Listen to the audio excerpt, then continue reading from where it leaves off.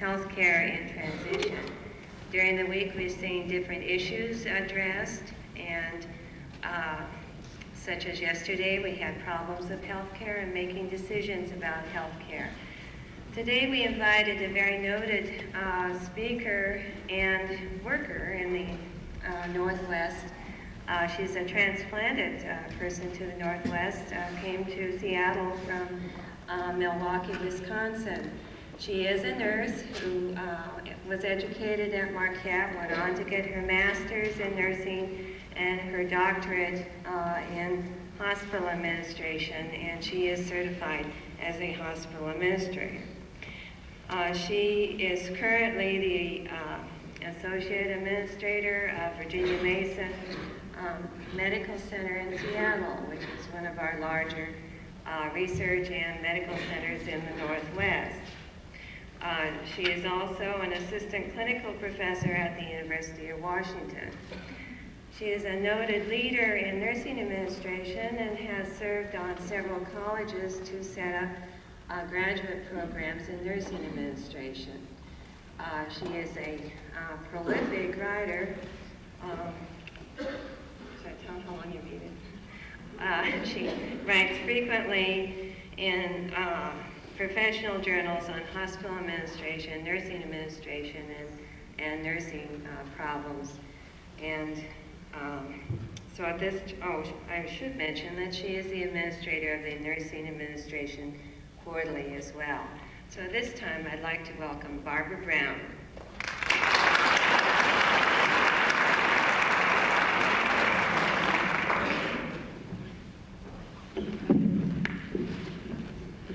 Thank you. It's a privilege to be here this morning in northern Idaho. It's a particular privilege since I went through Snoqualmie Pass yesterday in the not too good weather conditions, and in fact I found out as I was driving with my son and his friend in their four-wheel drive that we had gotten some watered-down gasoline. Do you know what happens when you go through frozen weather and snow and you have watered-down gasoline? You get ice. And we were down to about the third cylinder, and we're able to get out at Clay Ellen. And fortunately, they had some heat there, which we added to the gasoline tank and the carburetor and made it safely then into Coeur d'Alene. But I was a little bit uncertain. But being a good northeastern, midwestern Wisconsinite, I knew I would make it through the wind and the snow somehow. But it's really a pleasure to be here. I'd like to, before I start about where healthcare is going to be and life is going to be like in the year 2000, I'd like to just share a little bit about myself, because then I think you might be more interested in asking questions and things. As Mary Jean said, I am the editor of Nursing Administration Quarterly, which is in its 10th year. It's a journal that's considered by its readers to be the Harvard Business Review in the field of nursing administration. I have to tell you a little bit how I created this journal, because it'll give you a sense of reality that people do have a spirit about them. Back about 11 years ago, as I was a dean of nursing in a baccalaureate program in the Midwest, and moved from that into administrator for patient care for a hospital and nursing home, and teaching nursing administration at Marquette University, several publishing companies asked me to write a book on nursing administration. Well, I said, you know, I do have 6 children, and I'm keeping up this big career, and I just don't have the time. So I met this one publishing company. I said, for you, I'll write a book. It was called Aspen's Publishing Company, and I said, just give me a ski chalet in Aspen, Colorado for a semester, and I'll take a quarter or a semester off, and I'll write the book, and me and my family will be able to, and I and my family will be able to ski. And they said, that sounds great, except we are located in Germantown, Maryland. I said, oh, then you're not going to get a book from me either. So, but what happened then is we started talking like people instead of this professional jargonese, and my journal was born. And that's been going for 10 years, and I find it a great deal of fun because I can then write all the things that I think are wrong in the healthcare industry via my editorials. So if you want to get in the inside of where I come from, you might, especially the nursing students, you might want to pick those up. And for all of you, there's a particularly good editorial done last year on stress management. And since we're all under that, trying to keep well, you might like that. Let's talk about the future, though. You've had some exciting convocations all week, at least from the list of speakers that you've had. And it seems to me that as you are preparing yourself for your own future, you need to look at what's going to be in society for the future. And while my charge is to talk about the future of healthcare in America and its impact on you, whatever career pathway you're choosing, and more important for your private lives, I can only do that by setting the scenario for what we will be like, our lives, our country will be like, the year 2000 and beyond. It will be a renaissance for the United States in both political prestige and technological power.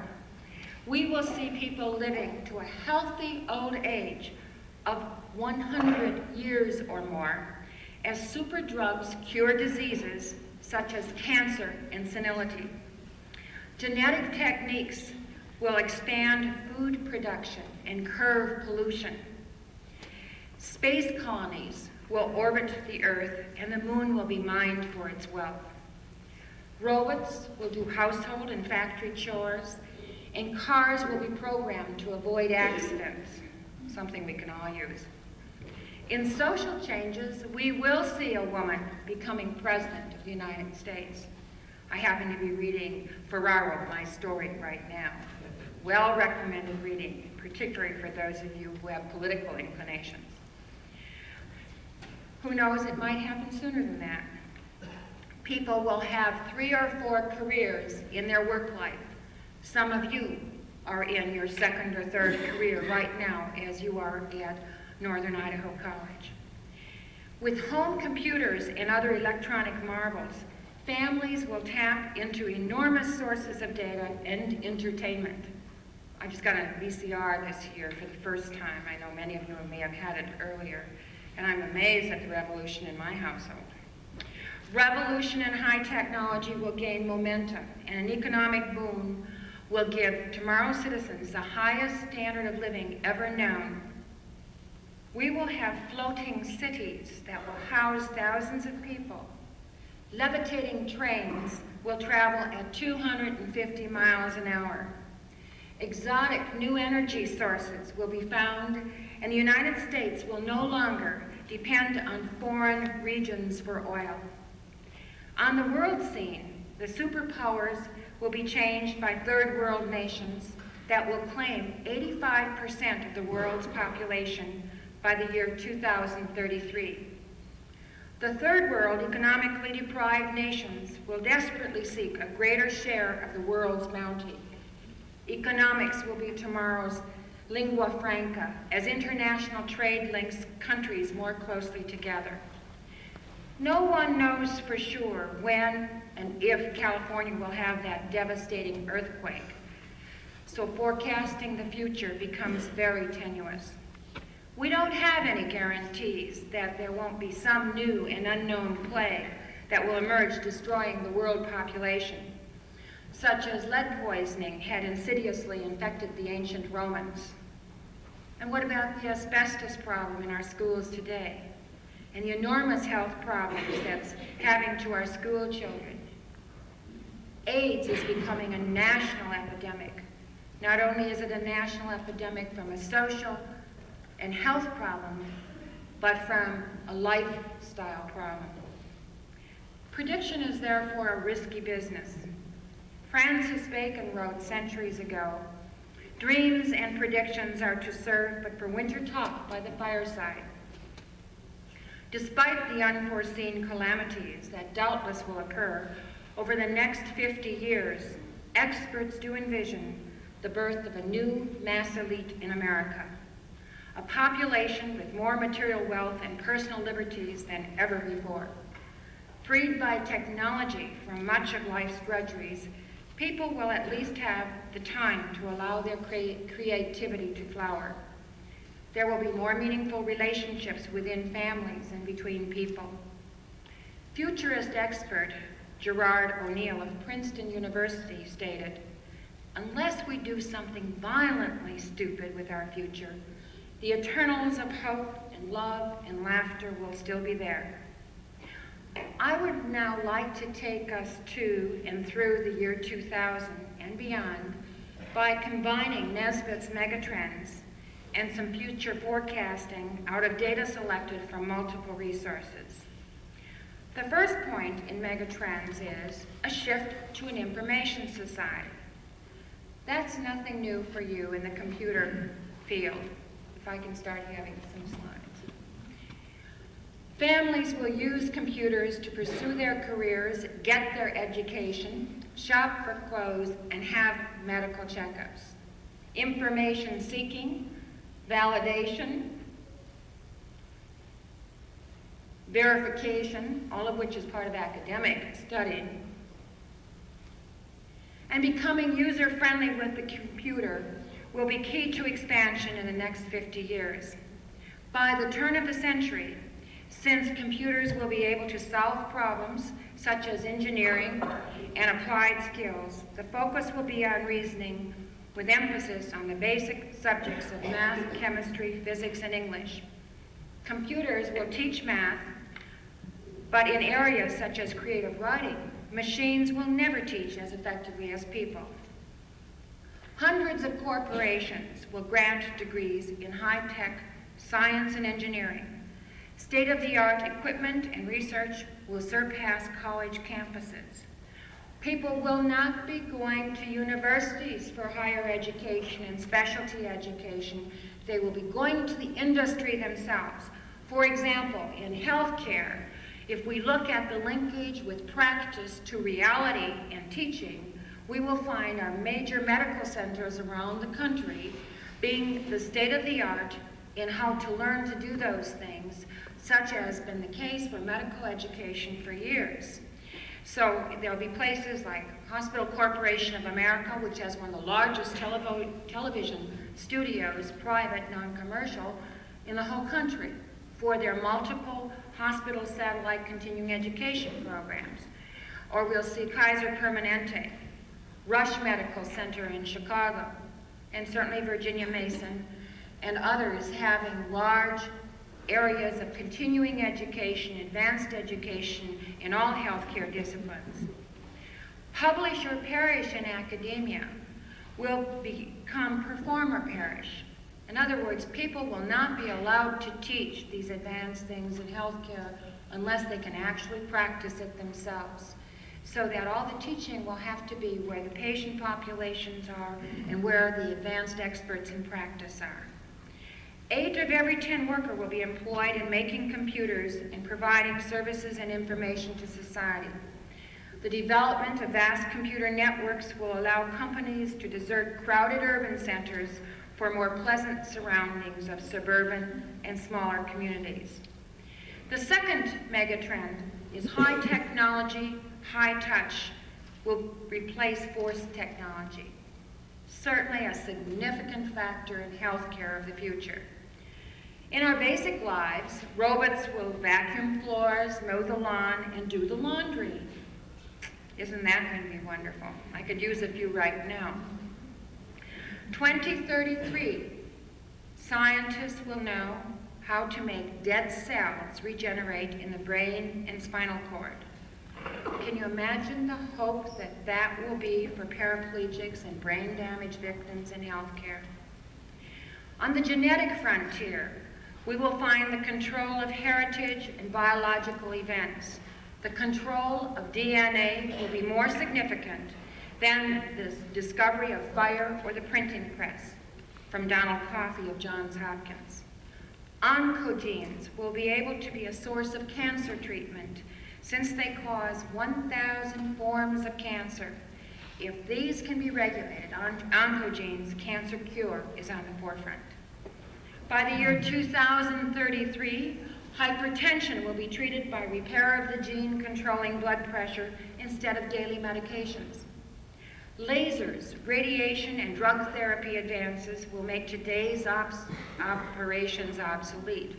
Think of one operation today, coronary bypasses, very expensive, the most frequently performed surgery in the United States, with over 120,000 operations per year.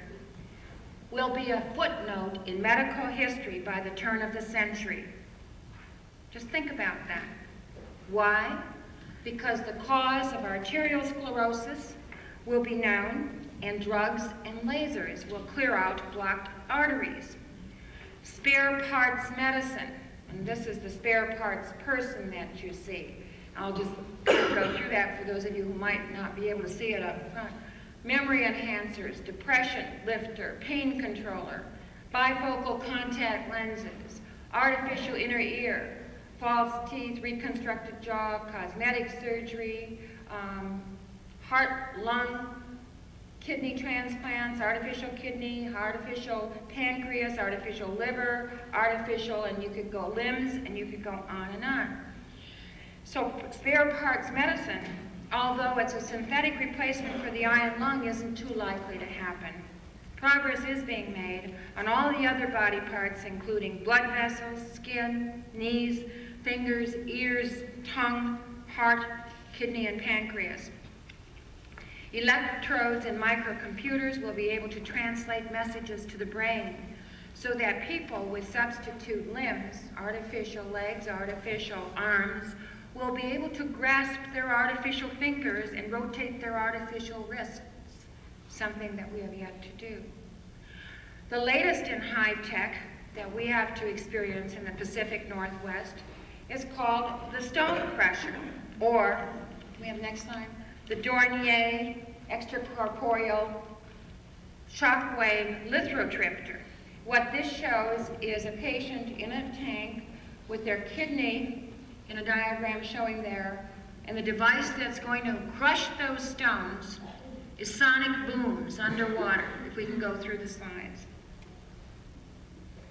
Gives you a schematic drawing of how the patient is submerged, or the kidney then, is submerged in a tank of water, and by locating the kidney stones with x-rays, they're able to position the patient in such a way that the sonic booms will then, with those shock waves, crush the kidney stone. Next slide. The patient is strapped in a tank of water, and that shows the patient in the water. Next slide. The team around the patient is awake, alert, has what we call an epidural anesthetic. Next slide. That just shows the tank and all the equipment. Next slide. Next slide. And that shows the actual sonic boom device that that hits into the kidney stone and locates it and causes a sonic wave. For those of you who'd like more detailed information about it, I did bring an article that will explain the physiology and the radiological techniques used, and I can leave this with the School of Nursing and those of you who want to look at it. I also brought a videotape along, and that will be shown after this session in one of the nursing school classrooms, and they will tell you about it afterwards. Next slide. What are the advantages of the extracorporeal shockwave lithotripter or stone crusher? It's non-invasive. Those of you who have had a family member or anybody who's had a kidney stone surgery that has to be removed, it ends up with a surgical procedure with the patient in the hospital for about 5 days, plus about a 2-week recovery period afterwards. The actual cost is about $12,000. The discomfort and pain and loss of work time is at least 3 weeks. But with the shockwave lithotripter, they avoid the risk of wound infection. Tubes, drains are not there. There's no pain. There's no bleeding. There's no possibility of a fistula. It's quick. It's reduced hospitalization, reduced convalescence, and very effective. Next slide. Our hospitalization days for the year 1985 showing our percentage of increase to the outpatient side up to November, December, where 70% of our patients now come in the morning of the shockwave lithotripter, the stone crusher, and they go home that same day and they're back at work the next day. In other words, what we have done is take 3 weeks of pain, suffering, and recovery and put it to 1 day in a cost-effective way of getting rid of kidney stones. The cost is $7,000, instead of $12,000, not including the length of time in the hospital and the length of time in recovery. Truly high tech. Next slide. Kidney stones, crushed cheek. Obviously, as we move into that era of high tech and have been moving into it in the healthcare field, the most significant aspect of us, the care providers or the caregivers, is high touch. And the importance of nursing, medicine, and other healthcare disciplines in keeping that high touch relationship with patients and families is crucial to the high tech world in healthcare of the future. Because high touch is the essential to life itself. The traditional values of God, country, and family will be strengthened, even in the age of new individualism. Families are going to become more broad-based. Marriage will occur among wider groups of people. The children of these marriages will have greater ability to mix across racial and cultural lines than past generations. They will be our hope for the future, says William Laser of Michigan State University. Friends and neighbors become kinfolk. The human need for love will ensure that the American family survives stronger and less isolated. More intense search for religious meaning and spiritual well-being in a time of rapid change. For those of you who may be in philosophy, you may want to go back to a book that was written about 20 years ago by Teilhard de Chardin, The Phenomenon of Man and the Omega Point of Man. The primary struggle will be with loneliness and the quest for human love in a world overwhelmed by too much information from computers and high tech. The age of infoglut, as Michael Marvin, editor of the World Future Society, calls it. William Kuhn of Ottawa says there will be tiny specialized lives interlocked electronically, faceless to one another, sharing a private language, a private interest, and all the time becoming more solitary and introverted. And because of that society that we're headed toward, one of the greatest health problems that we are yet to experience in almost epidemic proportions will be those in mental health and social deprivation. And that's going to be partly due to our high-tech society and the expansion of the world to avoid what we now have still fairly close nuclear extended families, and we will be separate from families, and it will create social isolationism. And part of that will be due to this high-tech. The third area of impact is world technology and world economics. Technology will allow people to communicate at a higher level. We will all become image masters. Books will fade away in lieu of large video discs. Family media rooms will take place. People come home from work in a busy, stressful day, and they'll walk into this media room and say, "Ocean scene, please." And then all of a sudden you'll be in Hawaii on the beach and you'll have this massive screen. Counter-speak pictures, visual images, and mood-altering colors rather than words and sentences will dominate communication. And this will take place as therapeutic means in mental health as well as just ordinary lifestyle health promotion. Julian Simon from The Ultimate Resource says that the fact is, at any point in the next 50 years, global resources will be more plentiful and their real costs will be lower than they are today.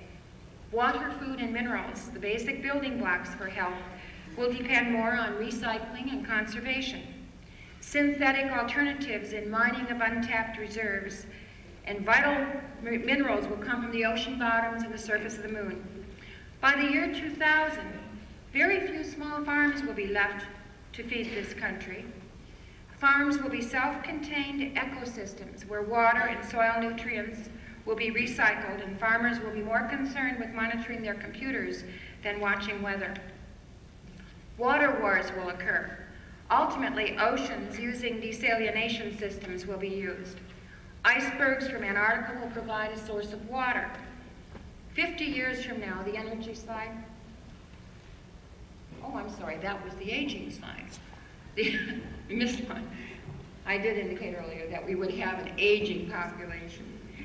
50 years from now, America will be in the twilight of the petroleum age after other solutions to sources of energy will be found. Hydrogen will become a fuel for transportation. Electric cars will be for short distance, and fueled cars will be provided for 1,000 miles or 100 miles per gallon. And that's what we'll be doing for long distances. By the year 2000, nuclear fission plants will be common everywhere. But the automobile will still be the king of transportation because everybody will want to have their own car. Voice commands will give direction to the automobile, like the Knight Rider that you see on TV with radio telephone, and leave the driving to the machine. The other evening I was at a friend's house and they were taking pictures and there was a voice camera. And this little Minolta camera said, "Too dark, use flash, too dark, use flash." So we're going to be just constantly innovative with these new technologies. Rail travel will have bullet trains going from LA and San Diego going 160 miles per hour. Magnetic levitation trains will go 250 miles per hour. By the year 2000, we'll have 1,000 passengers on a single plane. Aluminum will be replaced by lightweight polymers with greater fuel efficiency, currently being tested in the airline industry today.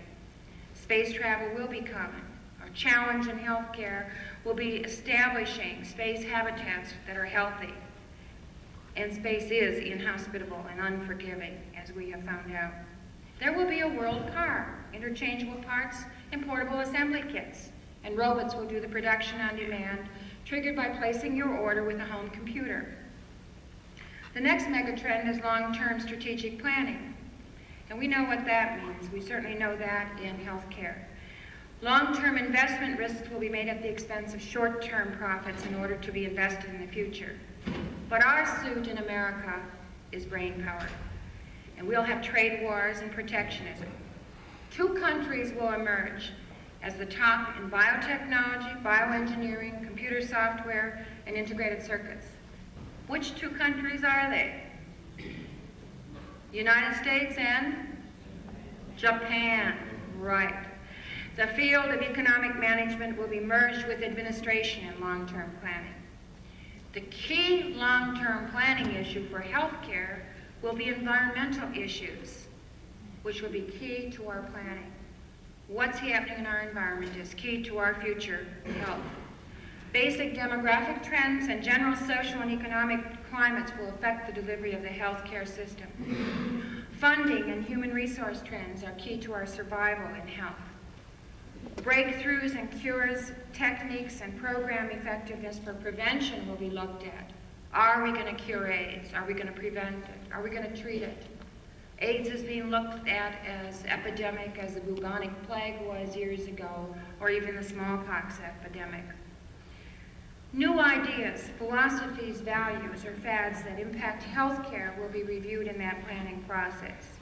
New laws and regulations which are likely to develop have to be analyzed. Above all, we'll be reorganizing how we provide services with multiple options and joint ventures. For example, there isn't a surviving healthcare system today that isn't looking at, and that means hospitals that you currently know are no longer hospitals alone. They have home health, skilled care facilities, cooperative care units where families come in and help take care of their patients, self-care units, hotels having health care services such as the Mason House Hotel at Virginia Mason, so that patients come there and live in the hotel, don't live in the hospital, have their diagnostic tests and teaching programs done while they are living in the hotel because they don't have to be hospitalized. Competition will be analyzed in terms of strengths and weaknesses. Citizens will be the key to what the decision-making will be in healthcare. And in the state of Oregon last year, the state of Washington this year, Oregon Citizens for Choices in Healthcare have come up, and Washington Health Choices, which is really looking at the ethical dilemmas, and you talked about those yesterday, I believe. The fifth megatrend is decentralization, bureaucratic to professional model. What does that mean to healthcare? What will happen?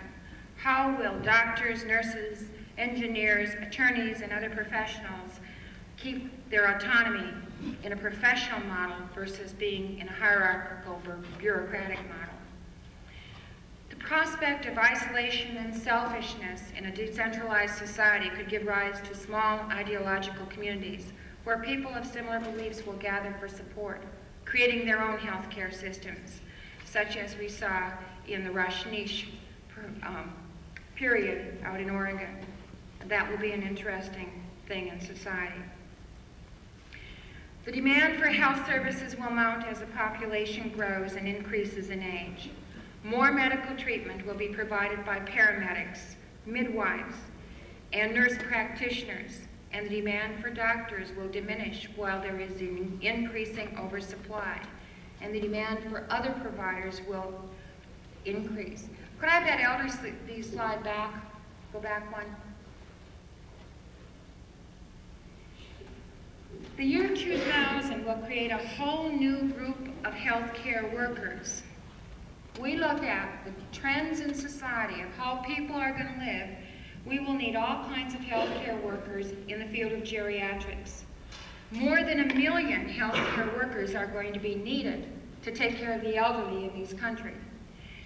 These individuals will focus on physical, mental, social needs, environmental needs, and maintaining a state of social integration in society for the elderly. By 2033, 1 of every 5 Americans will be elderly. If we can look at the diminishing birth rates in this country and the increasing longevity in life, the category of people left to take care of the elderly will be very few. So it's going to be a major problem after the year 2000. There won't be a proportionate amount of citizens to be able to take care of the elderly as compared to what there is today, because we will have gone through the baby boom generation and never return again, and there will be more elderly to take care of, and there will be fewer people to be able to take care of them. On to the birthing one. As we can see, the younger generation is diminishing. So if you look at that and say, what's going to happen to healthcare, the two groups of people that need the most support, the infants and children and the elderly, are going to have to be cared for by a less than equal number of people left in society because of what's happened. And that's going to create some serious needs. There will be 9 billion people in 50 years. All but 19% will be in the less developed nations. The population explosion will create the need for space stations with total self-help colonies, building things, growing their own crops, and tending the animals. Isaac Asimov has said, a planetary society in which all human beings will have a stake.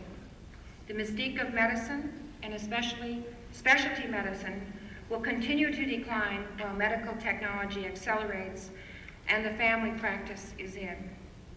Nurse midwives will continue to be demanded for the birthing process because the majority of birth experiences are wellness experiences, and the public has come to find that the physician domination in obstetrics is illness-oriented.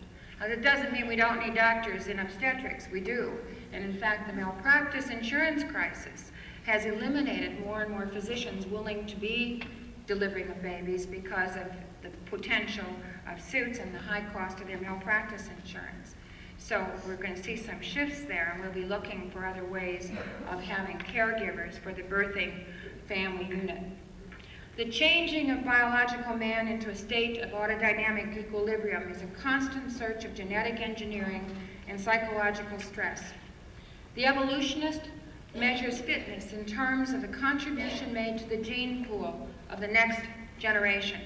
The person who has 6 surviving children has 3 times as large a fitness as the person with 2 children. Now, you'd have to know I bring that quote into something, because that's me. This reproductive differential is now by far the most important component of natural selection in man. It has replaced pre-reproductive mortality as a principal component of fitness. This comes from Ernst Mayr in Biological Man in the year 2000. While a genetic change is inevitable in the year 2000 and beyond, man has taken direct steps to be the master of his own fate.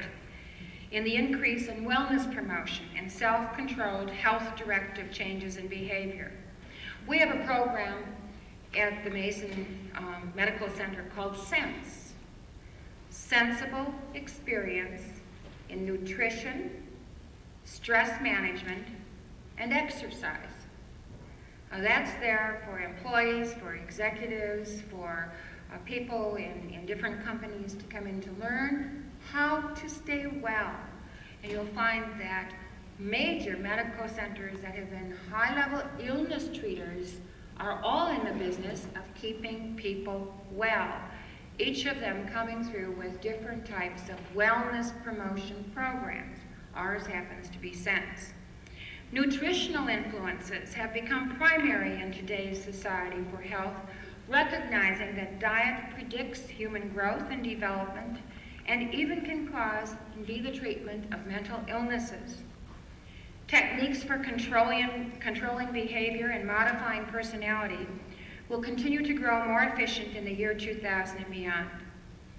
Many efforts to mix behavioral control and to apply them systematically in areas where society faces major problems such as alcoholism, chemical substance abuse, and smoking will continue to assist individuals in their own self-help toward wellness. Our medical center became smoke-free this last month. That means employees. Some of our surgeons are our heaviest smokers. No one can smoke within our medical center. They have to step outside the building, just as the kids in high school have had to do in order to smoke. And how many of you can go into a restaurant or any place in society today without somebody saying, no smoking here? Smoke-free environment is becoming a societal mandate.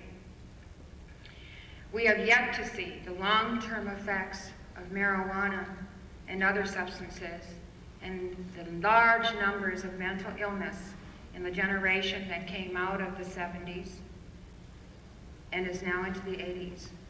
The mental health system throughout this country is harboring many young people in their 20s and 30s that came out of the abuse of marijuana, PCP, and other substances.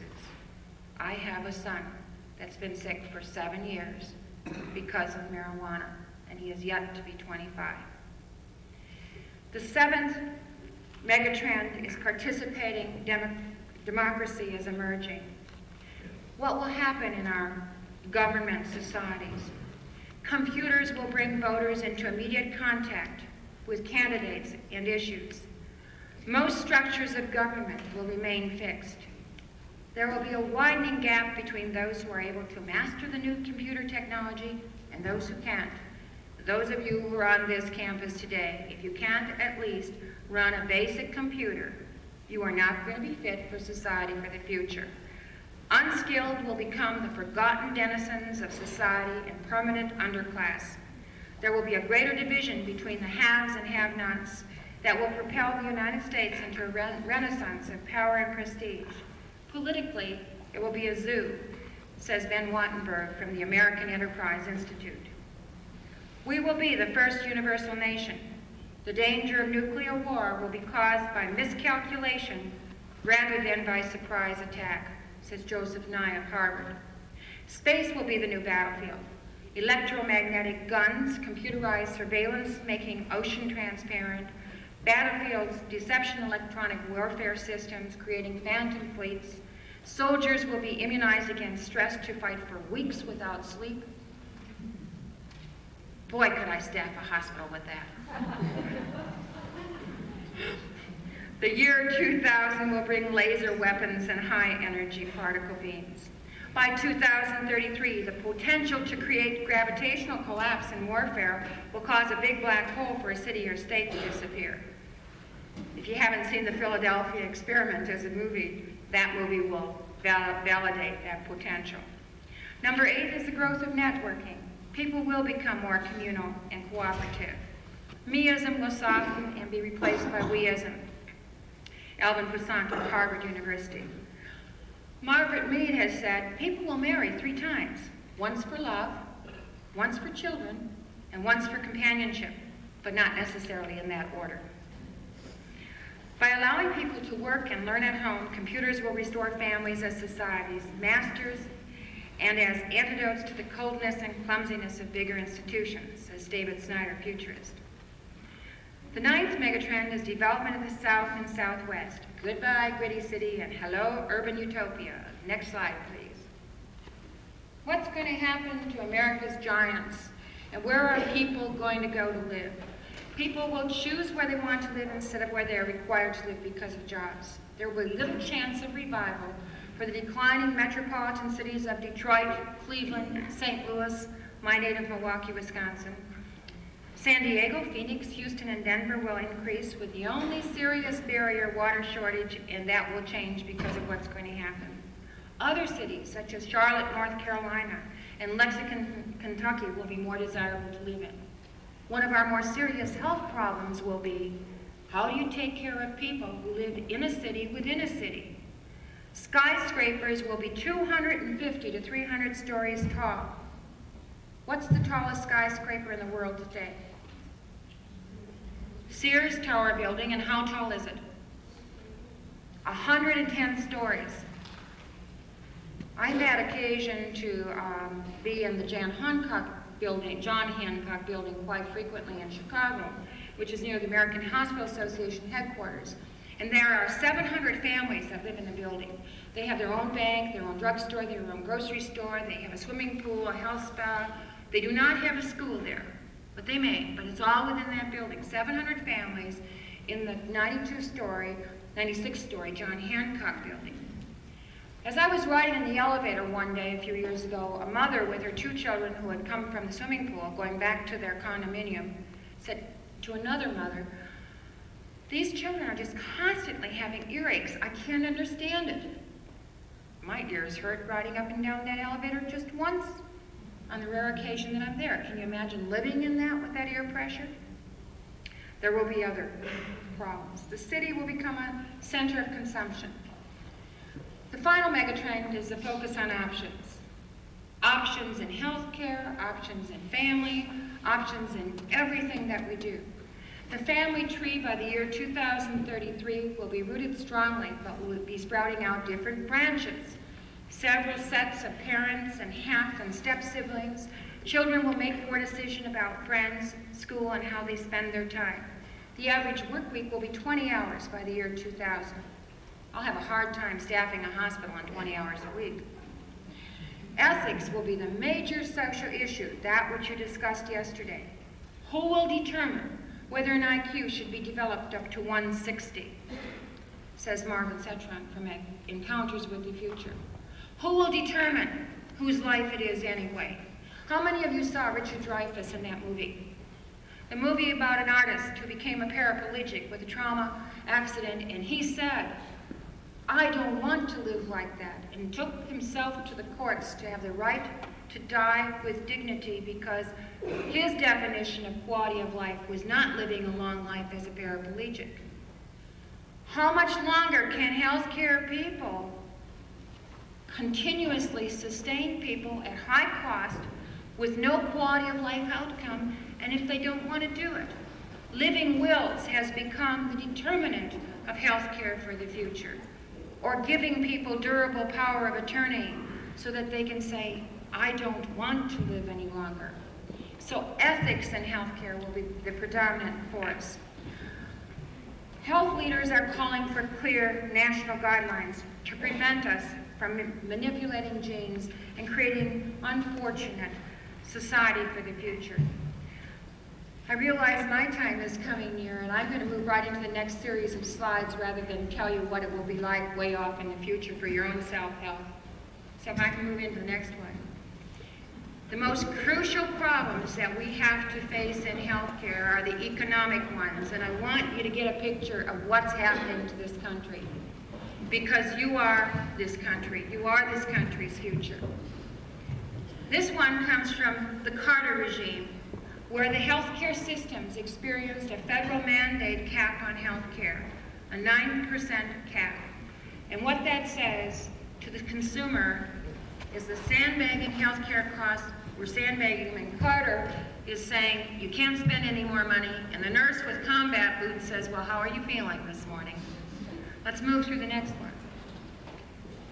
In this era, we have what we call DRGs, which means Diagnostic Related Group Payment by the government for all Medicare patients, which means we no longer get paid how much it actually costs to care for the patients who are Medicare recipients. We only get a set amount based on a prediction of what this will be. And what's happening is the people who need help the most, the elderly, are not getting it. Next slide. We say there are cheaper ways of getting better by controlling it with regulations and paying more out of pocket. Next slide. He's empty. He must have paid his hospital bill.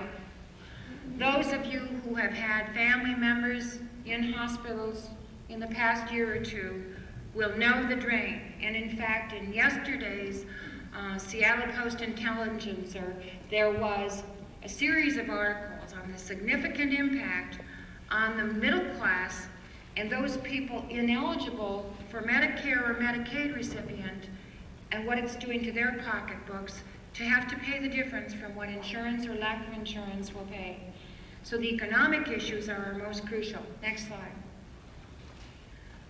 What's happening is we now have a three-tiered system of health care in society, and people are saying equal access for all people. We have those who are private pay, who can get anything they want, including an artificial heart, because they can afford it. And then there are those of us who are constrained with health insurance and a new breed called HMOs and PPOs.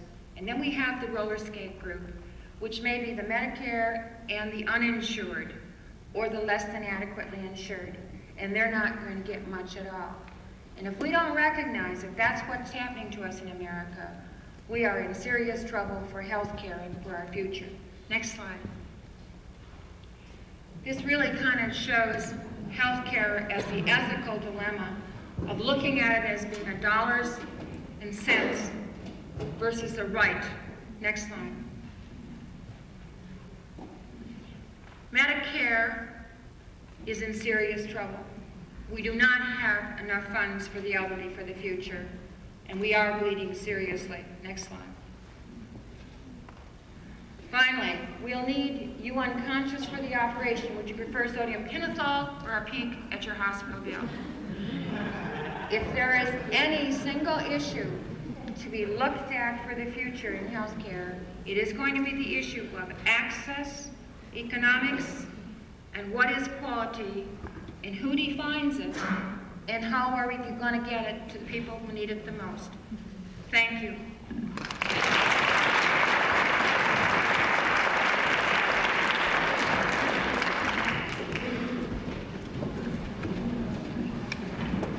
Thank you for coming this morning. I want to tell you about the rest of the day's events. Immediately following this talk in the Bonner Room, Dr. Brown will be available for interaction and question and answer session. At 11 o'clock in Linton 11, the film from Virginia Mason on the Stone Crusher will be shown, and that is open to everybody. At 12 noon, those of you who are health